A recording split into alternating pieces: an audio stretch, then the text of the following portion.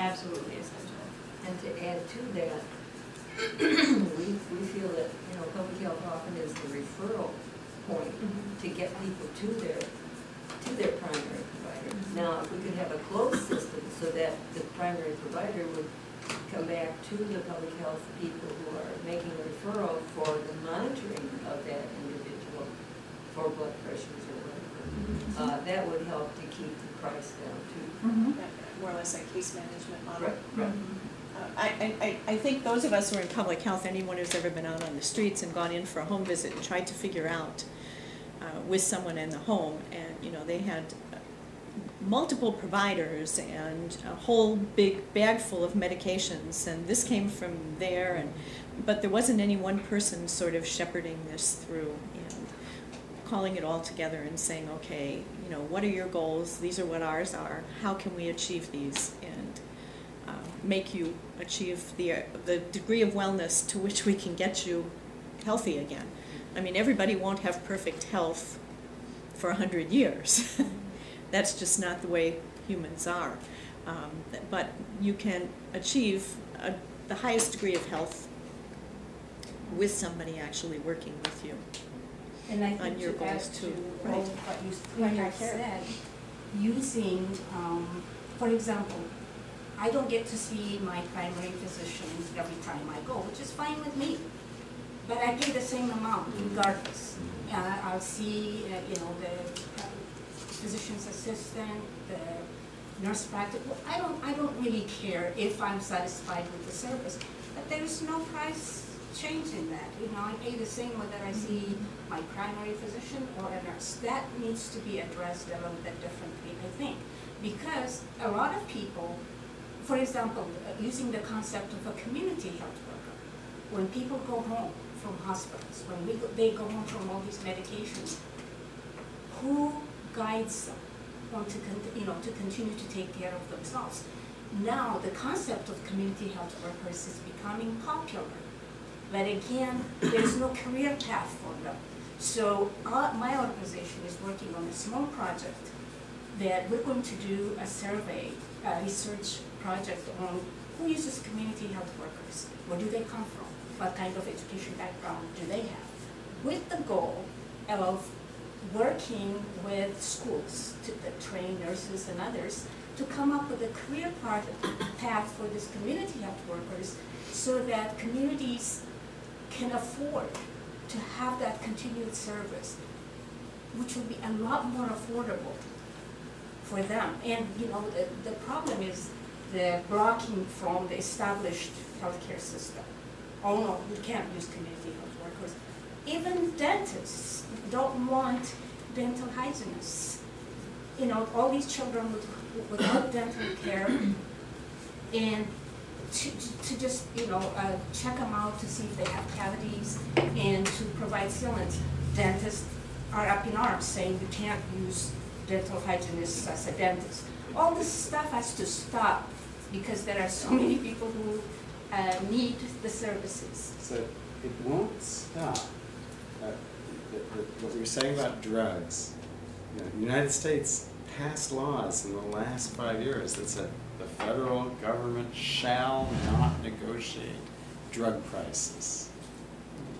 Gee, who do you think made sure that law got passed? Yeah. we did get the dental assistant payment legislation through, but needless to say. So for each of these issues, the interest party, whether it be the insurance company, the drug company, the dentist, the doctor, the hospital, are so focused in their interests on these that they prevail. So the question is, how does an administration and a party manage to get sustained attention by all the rest of us to overcome those kinds of interest groups? And I think that's a question that if I were Barack Obama, and I were really interested in going to some of these places, that I would feel I had to ask. What is going to be the thing that will galvanize everyone to fall in behind a proposal rather than a Hillary, you know, meltdown, you know, from like the first Clinton years? Oh, and I think part of it may have to be, and you kind of inspire me to say this, you know, the establishment of a fairly limited number of extremely clear goals that people understand we're not meeting, you know, and that people can understand a new plan will meet. You know, 10 things that the country feels it has to be able to do, and it might be, you know, immunize all children, and you know, so many of the other things on this list, and then show a plan that in a very clear way gets to those things.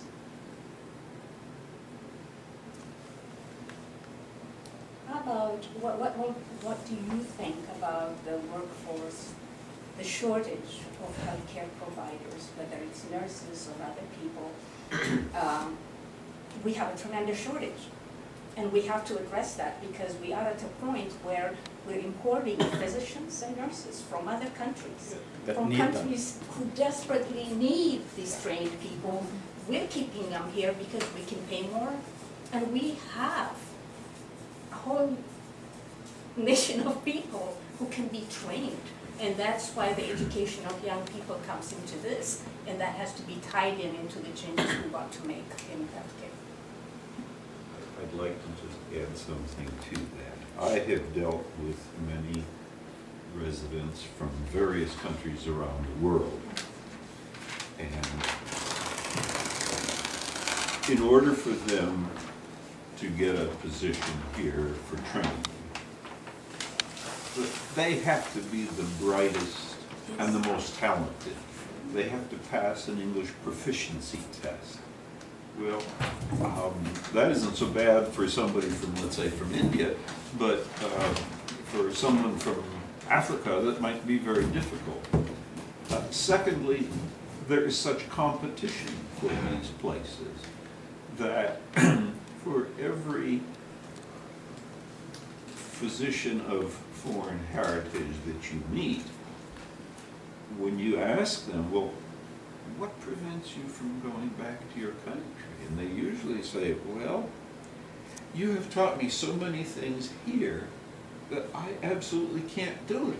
Our hospitals are not at this level. I can do wonderful things here, and I am given a freedom to do it. And when they go into practice, let's face it, young doctors are not going into private practice. They're joining large hospitals, large clinics, and it's competitive. And I'm sure that some of the young doctors, let's say, who are doing oncology at medical college, it's like the United Nations there. It is wonderful. But we are taking their brightest minds. We're not necessarily keeping him here. They just choose to not go back. The lifestyle here is different. They love the ability of freedom and safety. Some come from countries that, you know, aren't quite so free and quite and safe. And so it's not that we do anything to force them to stay here. They choose not to go back.